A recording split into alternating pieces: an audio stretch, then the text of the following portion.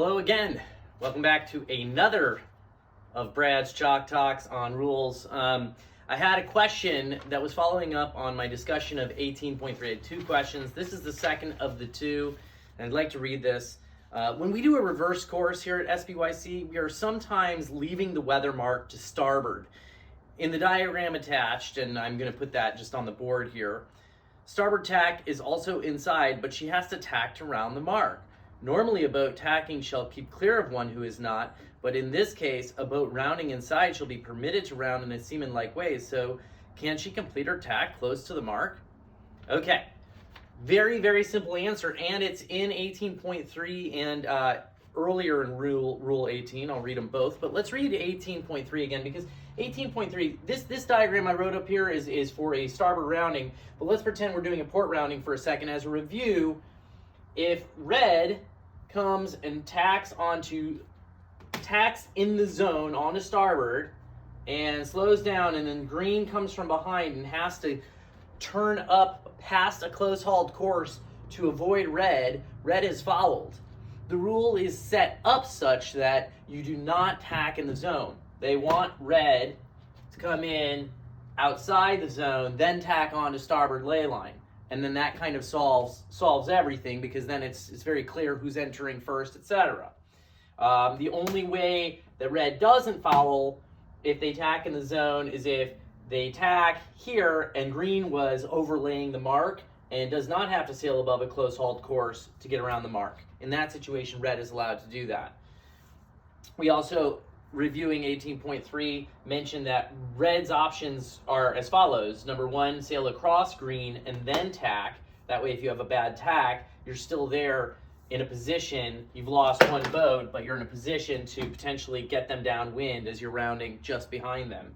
Or you can duck them like this, then go here, and you're still in a position to get them downwind. Or the final one is, better yet, set up an imaginary ley line to 4 boat lengths outside the mark. So you're coming in just outside the mark, and then that way you kind of avoid the whole decision-making process. But anyway, that's for 18.3, and let's read it one more time. 18.3 says, if a boat in the zone of a mark to be left to port passes head to wind from port to starboard tack, and then is fetching the mark, she shall not cause a boat that has been on starboard tack since entering the zone to sail above close haul to avoid contact, and she shall give mark room if that boat becomes overlapped inside her. When this rule applies between boats, Rule 18.2 does not apply between them.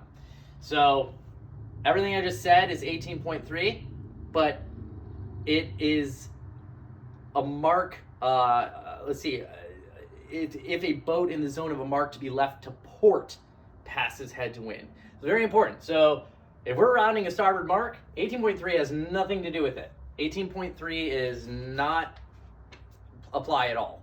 It's a starboard rounding, not a port rounding. So we're not talking about 18.3 at all. So let's go back and talk about Rule 18 in general, because it says that Rule 18 applies, this is 18.1, applies between boats when they're required to leave a mark on the same side and at least one of them is in the zone. However, it does not apply between boats on opposite tacks on a beat to windward. That's A. Between boats on opposite tacks when the proper course of the mark for one but not both of them is to tack. Between a boat approaching a mark and one leaving it, or if the mark is a continuing obstruction.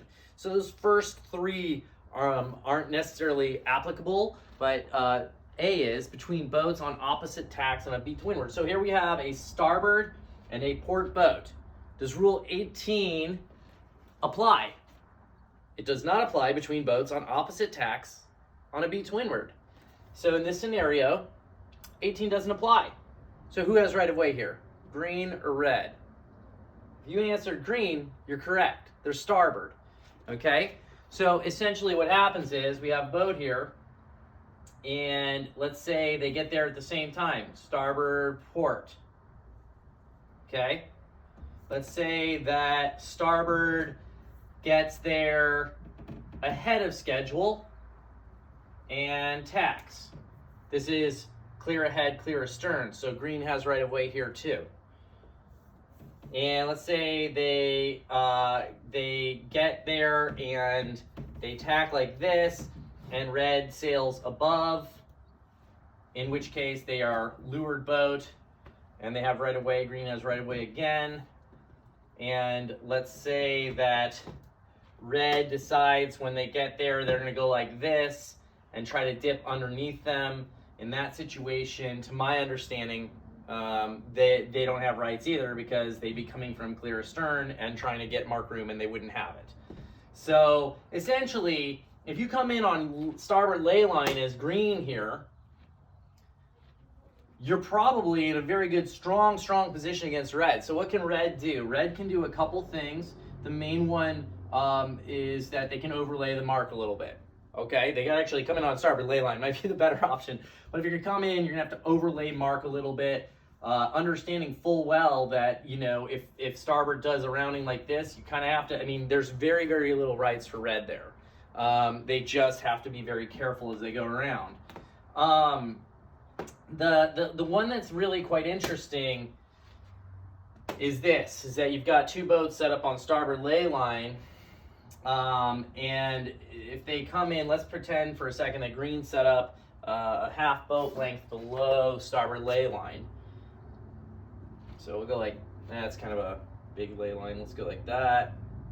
Okay, and green's here, maybe a half boat length below starboard ley line, and they're coming in, and green tacks here and is on port, and starboard has to bow down at the last second to avoid green's stern. Green fouled.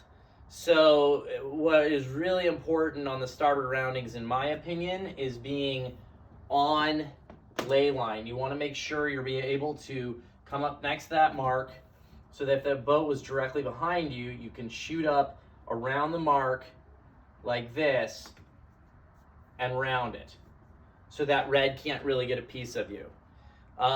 This is like really common in match racing and team racing, but starboard ley line on a starboard rounding is kind of a must-have in those disciplines. And I think if you're looking at a ton of boats coming in, it's pretty crucial that you are aware of this. I think it's also important to understand that if we send you on a reverse course and it's not upwind to E mark or C mark or bell buoy mark, if it's not a windward mark, then it's important that wind direction is important. Then it's not the same. I mean, if you're coming in and this is bell buoy, and you're coming in like, you know, starboard and port, it's different, because if you're greater than 90 degrees to the wind, then what tack you're on does not matter. It's the inside boat would have rights, and it becomes much more clear there. So green would have rights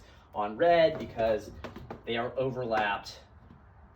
Even if red's on starboard and green's on port, you can see based off the line off their sterns that they are indeed overlapped, and green would have rights there. So it's important to understand that's on a beat to windward. So as long as the wind angle's coming from the east, if you're going to bell buoy or E mark or C mark, then that would apply. So that's pretty much it. So the rule of thumb that I would say is that if you're coming in on a starboard rounding to a windward mark, to a starboard rounding windward mark, you got to be very careful on port ley line. And it's important to understand that really, like, anybody coming in on starboard is an issue for you, and you almost have to view them as part of your ley line.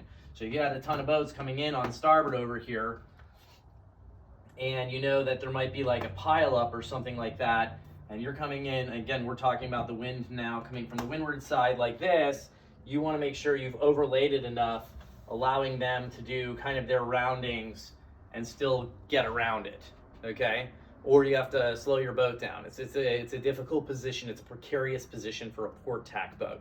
But it's important to understand that starboard tacking, like, it doesn't really apply between them. Mark room doesn't apply between them because they're not on the same tack. So it's a starboard port, essentially. And hopefully that answers the question. A little more complicated one there.